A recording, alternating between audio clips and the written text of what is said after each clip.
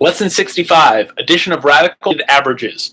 So we've been dealing a bit with radicals, these square roots of numbers, also cube roots of numbers. Common way to read these aloud is to say instead of square root of 2, we'll say radical 2, or sometimes as short as rad 2. Now with these, when we're adding them together, we can treat them like terms. Anything with the same radical, so the same number inside that radical sign, and also has to be the same kind of radical. So square root and a cube root will be different. We can treat those like terms. So if we look at our first example here, 4 radical 2 minus 5 radical 2 plus 12 radical 2, just like as if there were this pi or some other irrational number that is difficult to deal with, we can just add them together. So we've got 4 of them, then we're taking away 5, and then we're adding 12. So 4 minus 5 plus 12 will give us 11 radical 2. Just like that. Those can all combine since they're like terms. They have the same irrational number there in all 3 of them. Similarly, here's another one.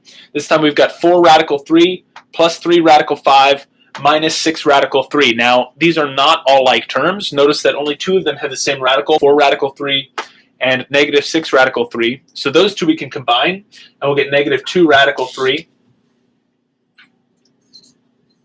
But this 3 radical 5, because it has a different irrational number in there, a different radical in there, we cannot combine that any further. And so we have to leave it as plus 3 radical 5. Those are not like terms. We can't add them any further than that.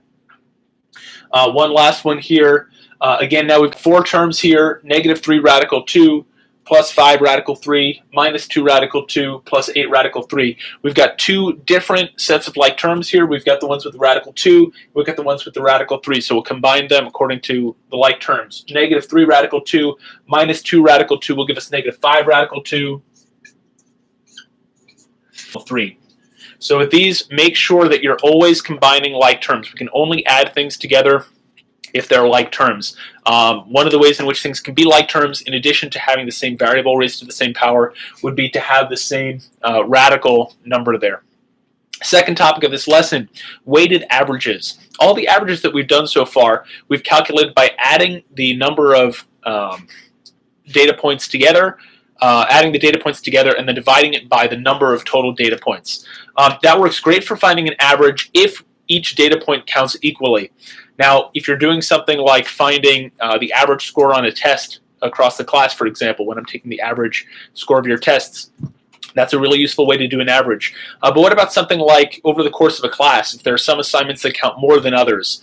How do we do an average there? Well, weighted average is going to have things that are worth different amounts, different weights. And the general formula for a weighted average is going to be the sum of the scores times their weights. So each score will be multiplied by its weight. And then we divide it not by the number of data points, but the sum of the weights of those data points. So for example, if we have 3 different things we're adding together, but one of them is weighted twice as much, then that one's worth 2, and then the other 2 are each worth 1. So we end up dividing by 4 rather than 3. It's like we're taking that score that counts double and just adding it in twice. And then there are 4 things, so to speak, that we're adding together. Let's take a look at a couple of examples. First example here. On a series of quizzes, someone got a 60, a 70, an 80, and a 90. And they were weighted. The first one was weighted 1 time, the second was 2 times, third was 4, and the last one was 6 times.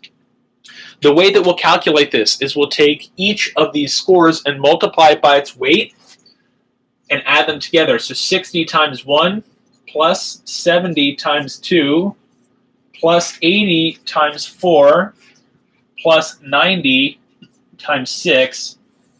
And then we'll divide that by the sum of the weights. So 1 plus 2 plus 4 plus 6.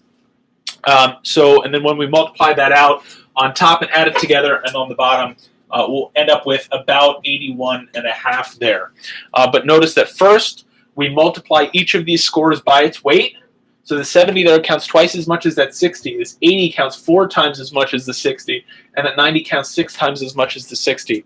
And what we're dividing by the end is not 4. We don't divide by 4, the sum of the numbers, but rather the sum of all those weights. 1 plus 2 plus 4 plus 6. We actually end up dividing by 13, because that's the sum of the weights here. One complicated thing, especially when you're dealing with scores for a class or something like that, that you might see is you might see this combined with percents. We might often see percents here. So for example, let's say that there is a class where there are 3 tests and then there's a final. And the tests are weighted 20% each and the final is weighted 40%.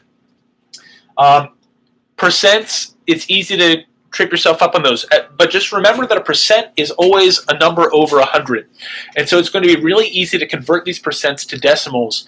And if we do that, then that'll make our lives easier. So for this set of numbers here, that 60% we can rewrite as 0.6, right? Because it's 60 over 100, or 0.6.